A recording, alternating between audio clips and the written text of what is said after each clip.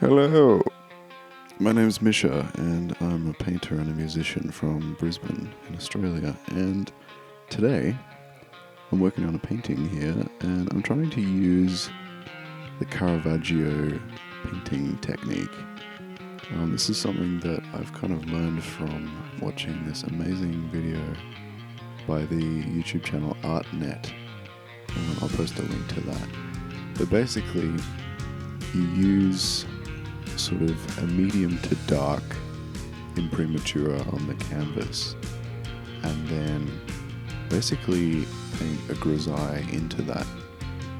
But instead of waiting for that to dry and then glazing on top of it, you just sort of blend the colors straight into the wet paint. So at this stage I'm just kind of sketching out where the shadows are, just trying to find sort of the rough areas of shadow here, and not really worrying too much about proportions or fine details yet.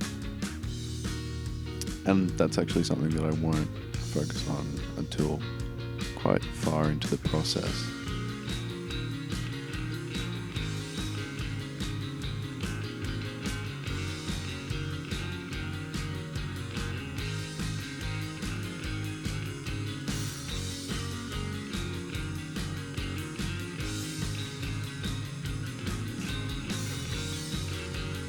Yeah, so coming in here just with almost pure white. I think I mixed a little bit of cadmium red and maybe a tiny bit of Naples yellow in there.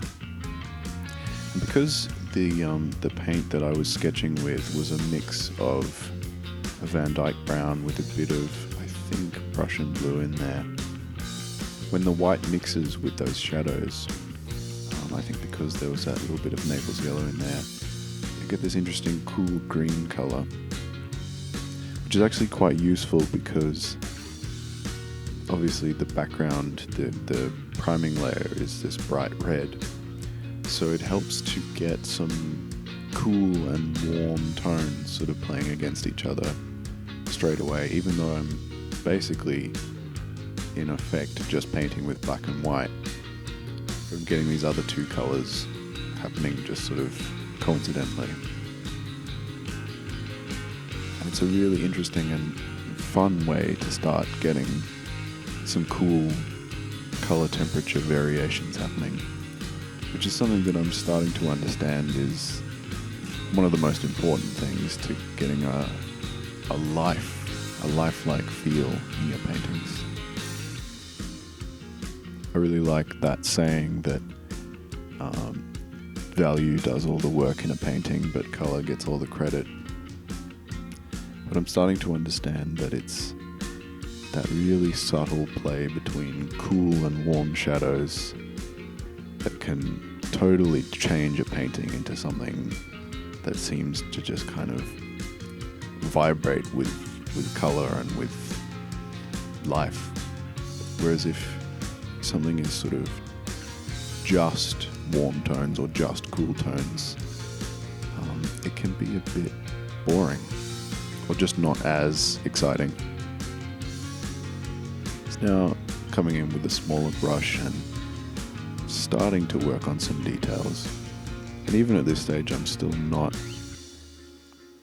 too hung up on, proportions and tiny details. I'm still happy to move things around, which I do end up doing a bit.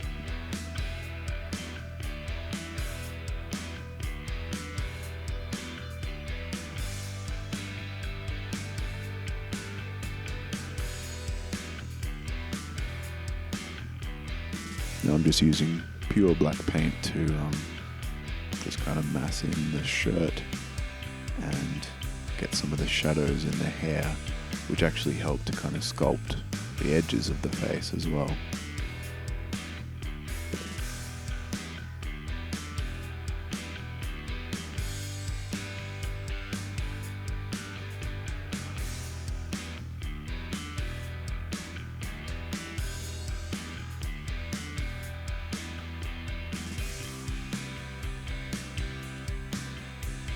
And I like that as your brush, you start off with a very loaded brush full of black paint. As you start to paint, it runs out, and then you can use that so that you can just kind of subtly reinforce some shadows without having to mix a specific color. You just use this sort of almost empty black paint on your brush and mix that in with the other colors that are already down.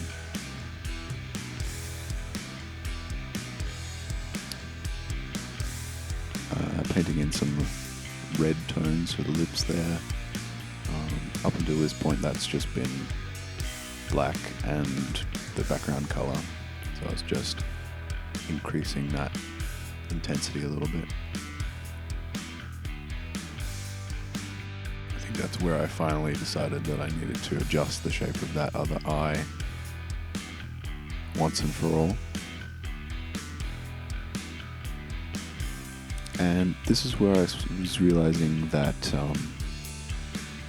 some of the mid-tones were still kind of too cool, bit green for my taste. So I was just painting some actually quite intense orangey reds back into those mid-tones, and because it's mixing with the still wet grey and kind of light grey tones, it really brings that saturation right down. That's something interesting about painting alla prima like this, is you often have to mix colours a lot more intensely on your palette compared to how they end up looking once you blend them in.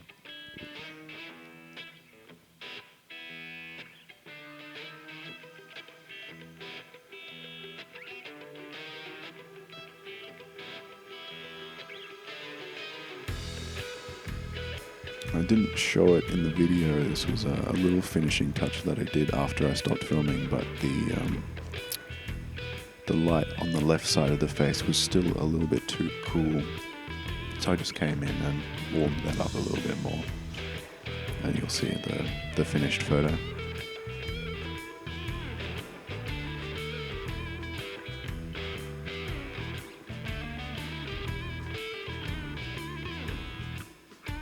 It's quite tricky to paint the highlights in black hair without making it look grey.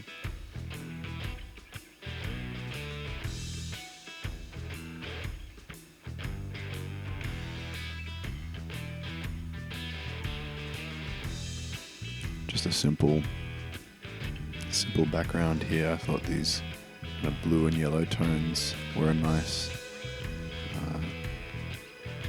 complement to the flesh tones. I wouldn't say contrast because those same colours are in the face, but I think it goes well with the warmth that's still kind of shining through. Just some very simple brush strokes for the necklace there. There you go. Thanks for watching, I hope you enjoyed it, and I'll see you next time.